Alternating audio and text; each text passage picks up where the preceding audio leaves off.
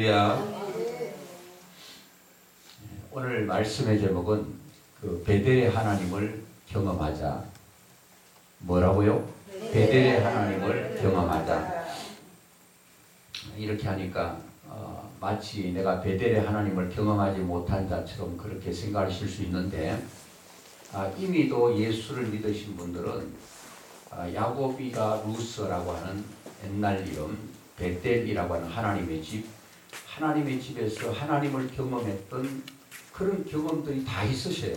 얘기를 들어보면 나는 언제 어디서 하나님을 인격적으로 만났던 그 만남이 있고, 여전히 그때 만났던 하나님이 작년에도 계셨고 올해도 계시고 앞으로도 영원히 천국 가는 그날까지 함께 하실 것을 믿고 있습니다. 그런데 어떤 분들은 그 만났던 뜨겁게 하나님을 만났던 그 만남이 점점 흐려져요. 흐릿해져 가고 있어요. 그때 만날 때는 분명한 선을 깊이 그어놓고 내가 이 하나님을 이렇게 섬기리라 다짐하고 결단하고 결심했지만 세월이 흘러가고 그러면서 바람이 그 선을 이렇게 덮어버리고, 이러다 보니까 또 비가 와서 그 그어놓은 선이 희미해지고, 그래서 그때 만났던 하나님이 점점 흐려져 가는 그런 모습들을 보게 됩니다. 그런 분들은 한 번 더 회복이 되고, 아직도 만약에 그 하나님을 제대로 만나지 못했다면 또 하나님을 만나는 놀라운 기회가 될 수 있기를 주의 이름으로 축원합니다. 우리가 야곱에 대해서는 우리가 너무 잘 압니다. 오늘 28장을 읽었는데요. 야곱의 아버지가 누구죠? 어떤 사람은 야곱의 아버지를 아브라함이라고 이렇게 하는데, 조부 아브라함, 부친 이삭, 그리고 엄마가 리브가죠. 그러니까 이삭과 리브가 사이에서 태어난 쌍둥이 둘째 아들이 야곱입니다. 예스는 큰아들이고 야곱이 둘째 아들이죠. 그거 잘 알고 계시죠. 근데 아마도 야곱이는 그 어머니 뱃속에서부터 알았겠나마는 저는 그렇게 표현합니다. 뱃속에서부터 형이 되기를 간절히 원했던 것 같아요. 리브가가 애를 가지고 있는데 너무나도 싸움이 심한 거예요. 그래서 물어봤습니다. 하나님, 왜 내 뱃속에 있는 애가 이렇게 야단법석입니까? 하니까 너 뱃속에는 사람 두 사람 있는 게 아니라 두 민족이 있다. 그런데 큰 아들이 작은 아들을 섬기게 될 것이다. 미리 하나님께서 리브가가 애를 가지고 있을 때 이미 하나님께서는 야곱을 선택하신 것 같아요.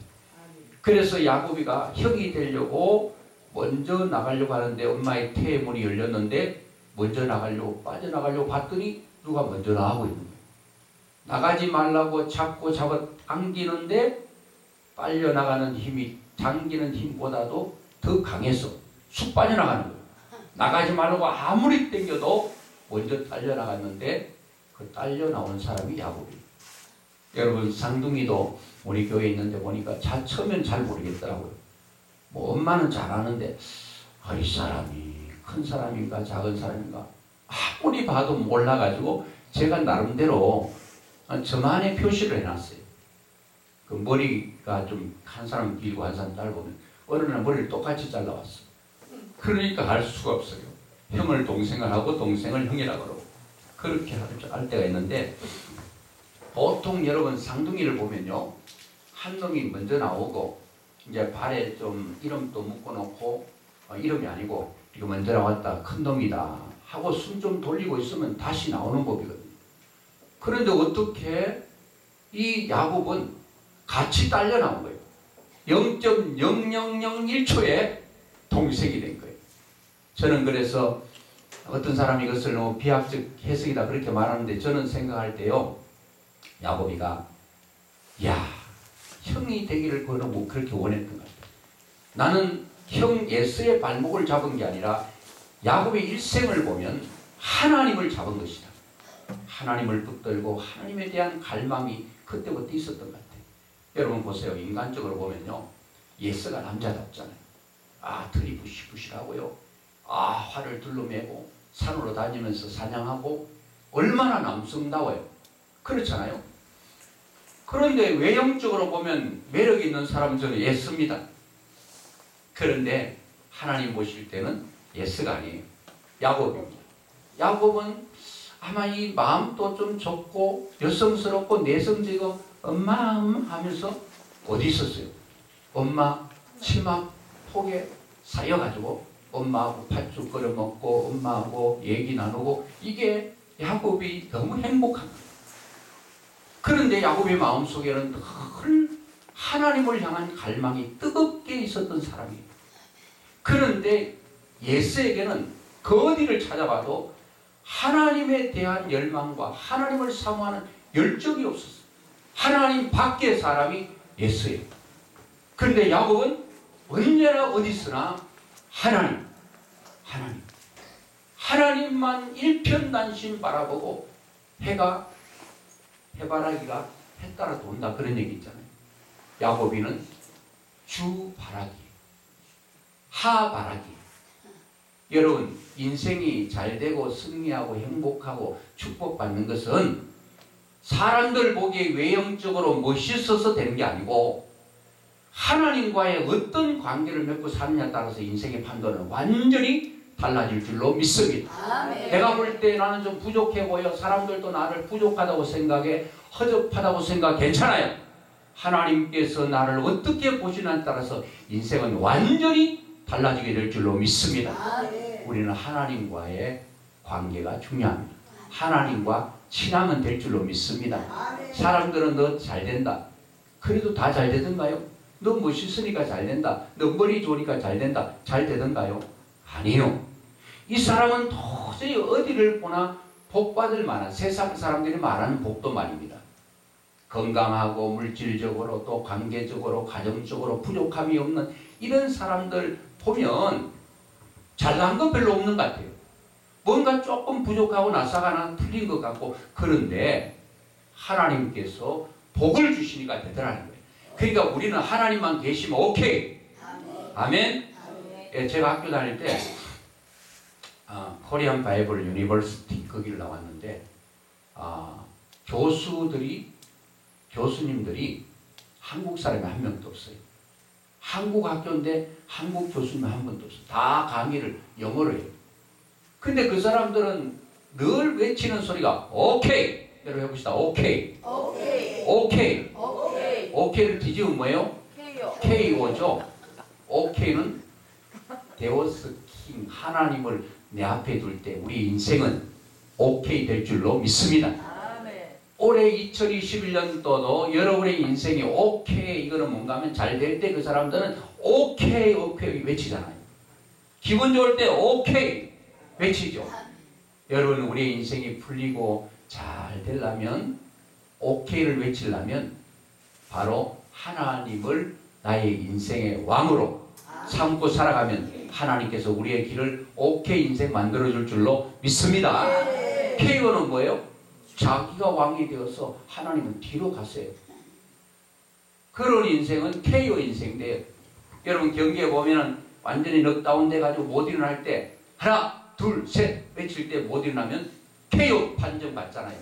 인생의 KO와 OK 차이는 여러분 낱말이 앞뒤로 바뀌는 게 아니라 내 인생에 하나님을 늘 왕으로 모시는 인생은 OK 인생 되고 하나님이 내 뒤로 가는 인생 하나님이 보이지 않는 투명 하나님처럼 살아가는 인간은 KO 인생 되는 거예요. 아무리 발버둥 치고 노력하고 예수도 하나님이 이끌어 주시고 인도하시면 반드시 될 줄로 믿습니다. 아멘. 하나님. 그래서 야곱이를 보면 야곱이는 그런 마음이 있었어요. 그런데 너무 하나님을 사모하다가 장자가 되지 못한 게 안타깝고 해서 뭐예요? 장자권을 사기 위해서 팥죽 한 그릇에 장자권을 샀어요. 그런데 예수는 장자 관심이 없어요. 오늘 여러분 우리가 하나님의 장자되고 하나님 백성되고 하나님의 성도된 것 이것이 최고의 축복인 줄로 믿습니다. 아멘. 세상에 어떤 것과 바꿔서는 안 된다는 거예요. 아멘. 세상 팥죽 한 그릇 먹는 것 때문에 나의 어떤 인기 때문에 이것을 팔아먹으면 안 된다는 거예요. 아멘. 야곱이는 배가 고파도 바로 장자권에 대한 열망이 있었습니다.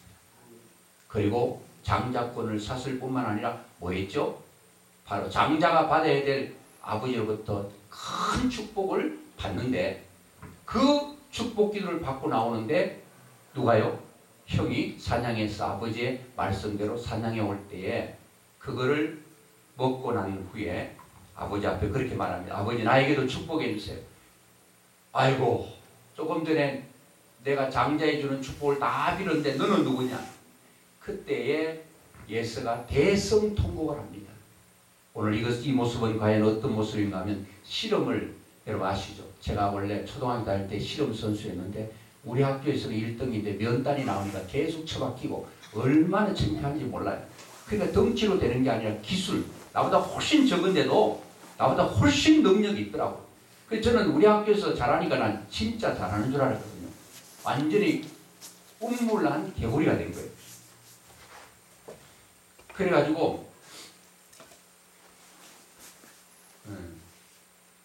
어디까지 했죠? 왔다 갔다 하니까 내가 헷갈렸거든요.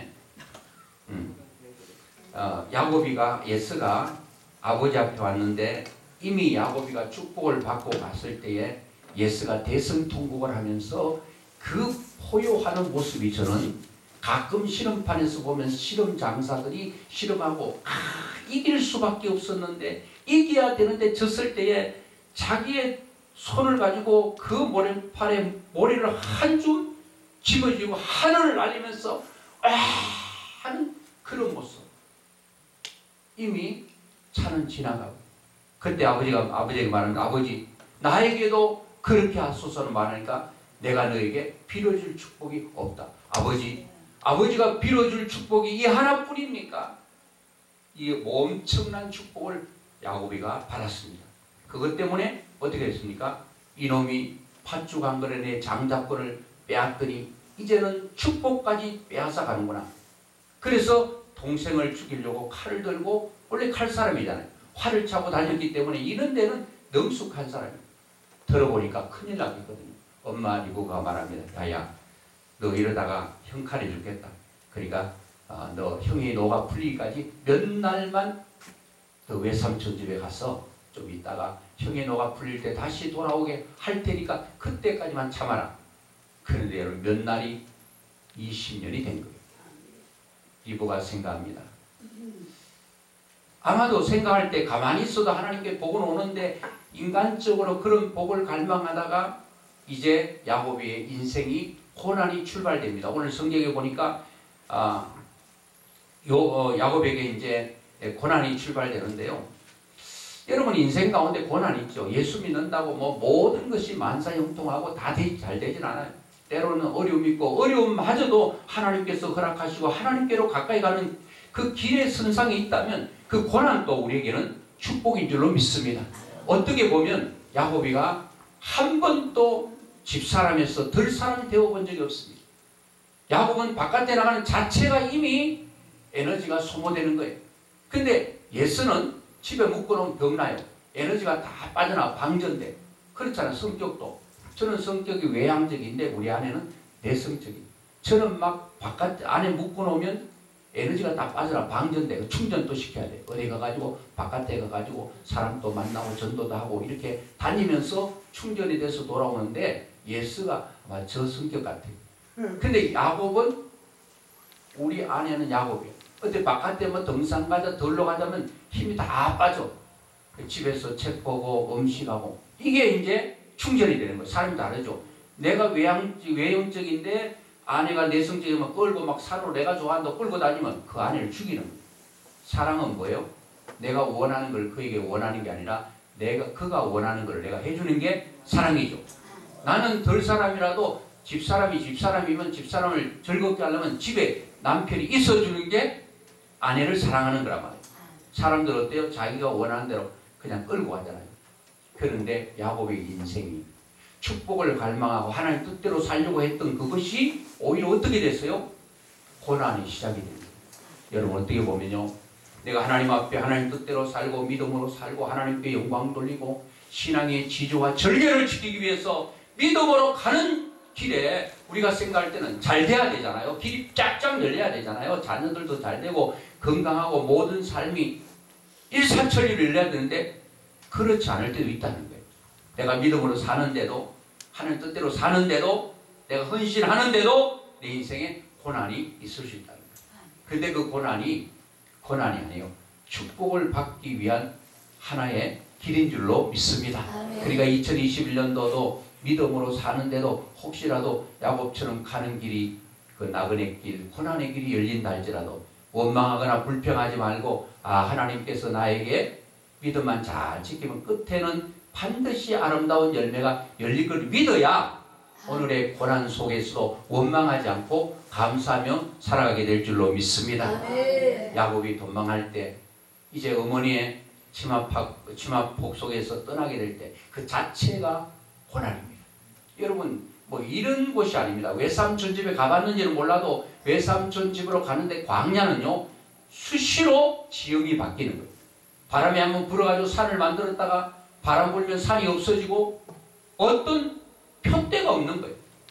그런데 야곱이가 지금까지 들 사람이 아니고 집 사람이었는데 이미 집 밖에 나가는 그것 자체가 고난이다 말이에요. 예서 같으면 좋겠지 뭐. 산호들로 뛰어다니는, 그러니까 오히려 집에 묶어놓는 것보다 뛰어다니는 것이 예서에게는 스트레스를 푸는 건데 야곱에게는 왜 고난인가?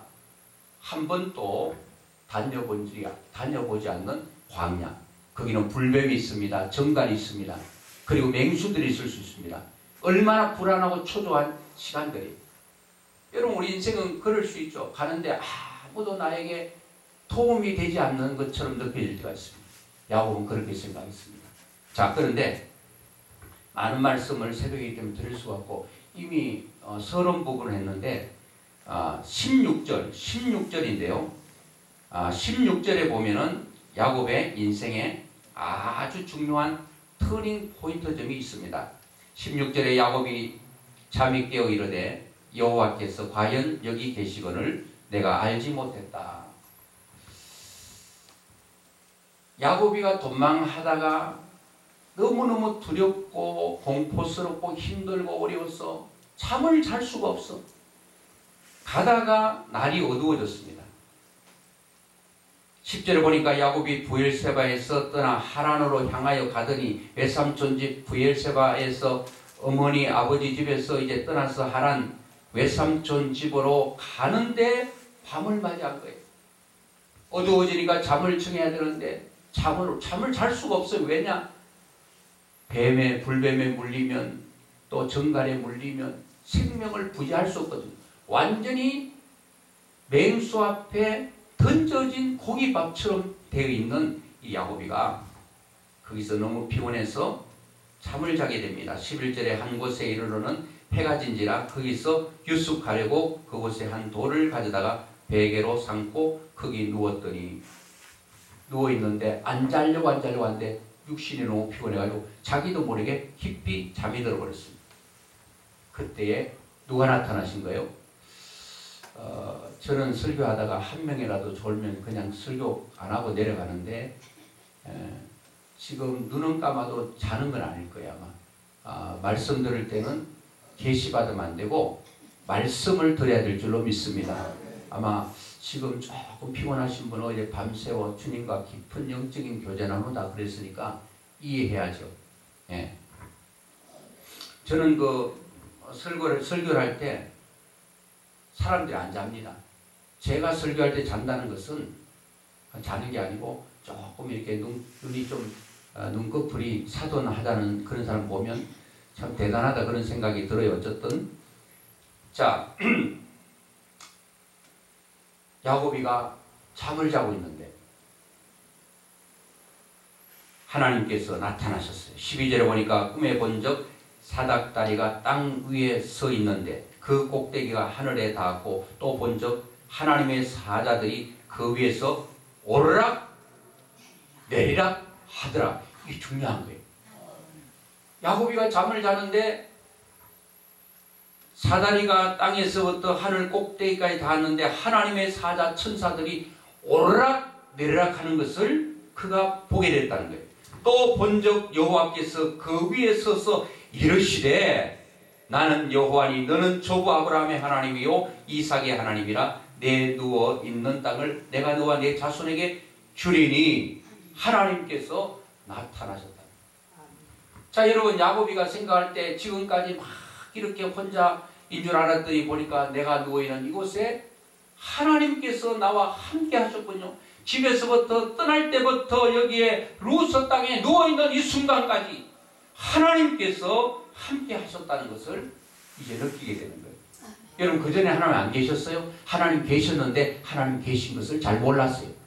그런데 이 베델에서 하나님을 딱 경험하고 나니까 하나님을 경험한 인생은 인생의 비포와 애프터가 완전히 달라지는 거예요.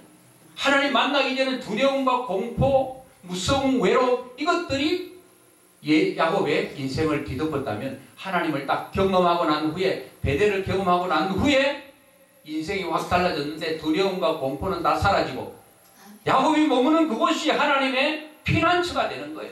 세상에 뒤집어지고 물결이 다 범람해도 그 가운데 하나님의 보호와 인도가 있는 그 놀라운 것을 경험하고 나니까 야곱의 인생이 얼마나 달라지는지 몰라요. 여러분, 그렇잖아요. 우리가 하나님 만나기 전과 만난 후가 어떻게 달라지나요? 얼마나 자신 있어요. 얼마나 감사해요. 두려움이 없어요. 공포가 없어요. 내 갈 길을 하나님께서 지키시고 인도하시고 보호하시니까 완벽할 줄로 믿습니다. 이거를 우리가 경험하고 늘 느껴야 된다는 거예요. 그러면서 하나님께서 오늘 나타나셔서 얘기하는 거예요. 오늘 28장은 야곱과 하나님과 이렇게 얘기하는 주고받는 대화의 내용이에요. 여러분, 하나님 또 우리를 사랑하는 거 여러분 아시잖아요. 하나님 우리를 사랑하는데 하나님만 나를 사랑하게 해서는 돼야 안 돼요? 안 돼요. 오직 하나님 나를 사랑하듯 나 또한 하나님 사랑한다고 사랑은 상방이어야 될 줄로 믿습니다. 여러분, 일방적인 사랑은 외로운 사랑이잖아요. 나는 죽으라고 사랑하는데 저 사람은 완전히 멀뚱멀뚱 그냥 눈만 껍벅껍벅하고 그러면 얼마나 이게 재미가 없겠어요. 사랑은 주고받는 거예요. 갔으면 또 왔으면 가고 갔으면 오고 이런 여러분 하나님과의 그런 교통 이것이 계속 일어나야 될 줄로 믿습니다. 하나님께서 나타나셔서 하시는 말씀이 너무 놀라운 말이에요. 자, 13절에 보니까 또 본적 여호와께서 그 위에 서서 이르시되 나는 여호와니 너의 조부 아브라함의 하나님 이삭의 하나님이라 내 누워있는 땅을 내가 너와 내 자손에게 주리니 땅에 대한 약속을 하시고 14절에 보니까 내 자손이 땅에 티끌같이 되어 내 서쪽과 동쪽과 북쪽과 남쪽으로 퍼져나갈 것이다. 여러분, 하나님께서 야곱이 장가 안 갔어요? 안 갔어요? 안 가지 않았어요 그때? 제가 답을 주고 묻잖아요. 안 갔어요? 안 갔어요? 그때 안 간 게 답이에요. 갔어요? 갔어요? 그러면 간 게 답이에요. 이렇게 착한 강사 본 적 있어요? 강사가 답을 주고 물어야지. 애매한 거, 그걸 어려운 거 질문해가 자존심 팍 상하게 하는 그런 사람도 있을 수 없다? 없겠죠. 예. 저는 야곱이가 장가? 안 갔다? 안 갔지. 장가 안 갔어요. 그런데 하나님께서 또 나타나시더니 하시는 말씀, 땅 준다는 걸 이해해요.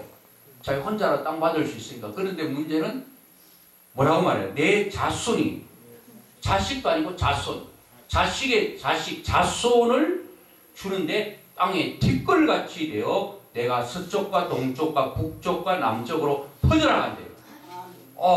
그런데 아직도 장가도 가지 않는 나에게 아이고 뭐 아들이 뭐 딸랑 부속품 하나라 달려있으면 이게 가능한데 지금 부속품 하나도 있어요 없어요? 없단 말이에요. 완전히 빈몸 빈털털인데 약속하는 거예요.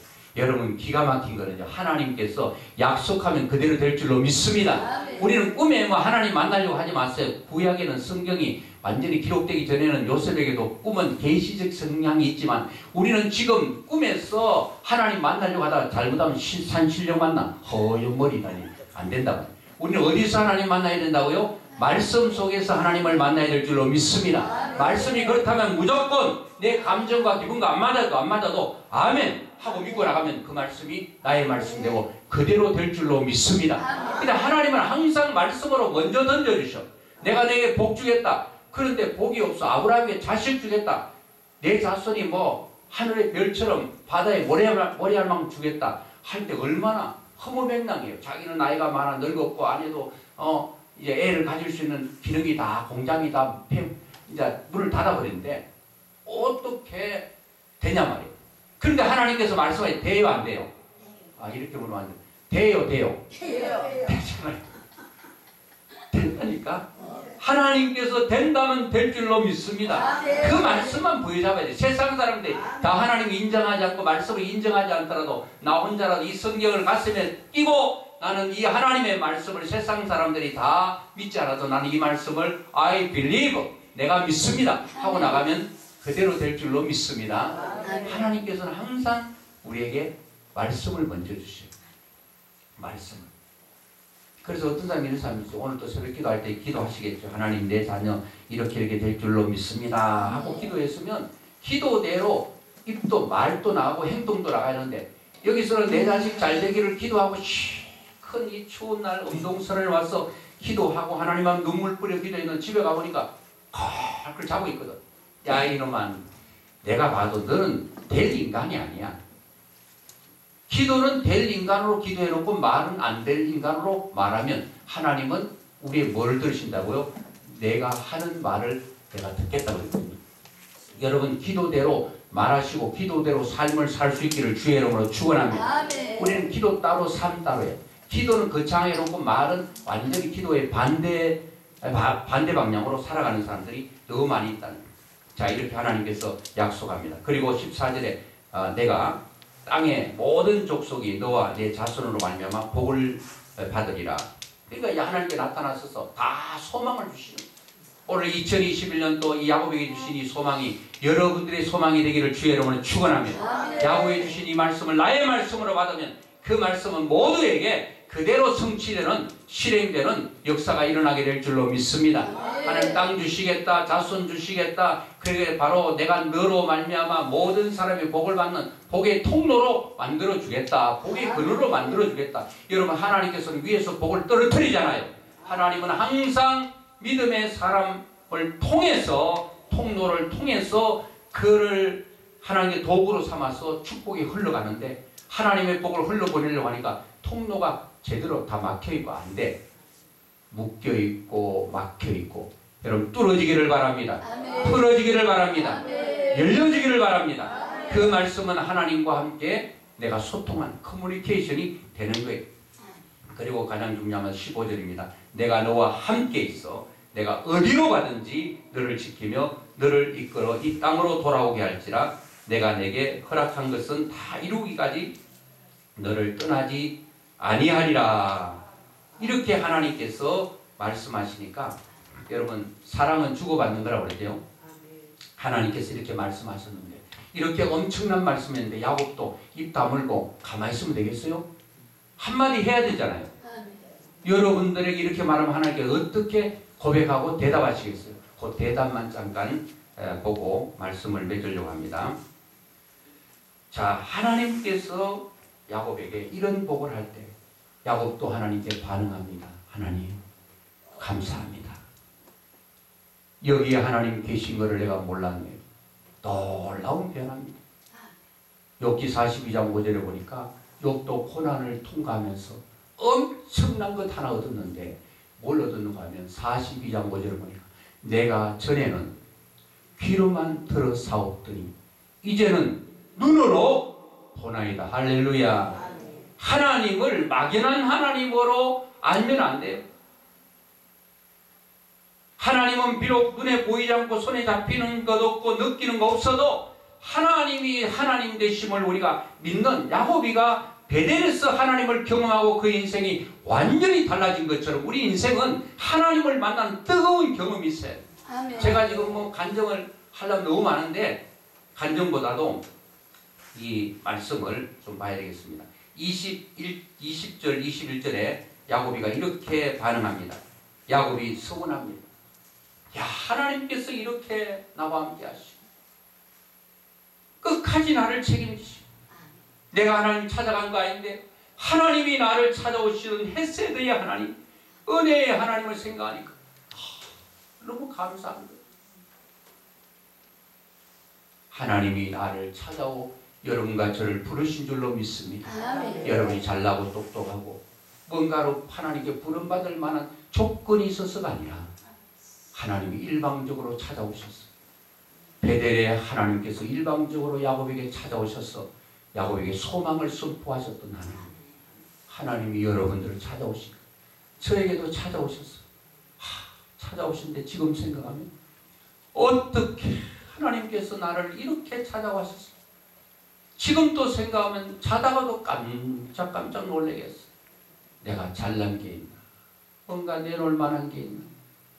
어릴 때 시골에서 코만 질질 흘리고 그냥 시퍼런 코가 나오면 팍 닦아가지고 여기는 그냥 반질반질 그냥 완전히 가죽이 되고 꺾으면 꽉 꺾일 정도로 그런 삶을 살았는데 그리고 시골에 태어나가지고 손가락 밑에 흙만 만지다가 그 흙 속에 묻혀야 될 나 하나님께서 부르시고 생각하면 너무너무 감사해요.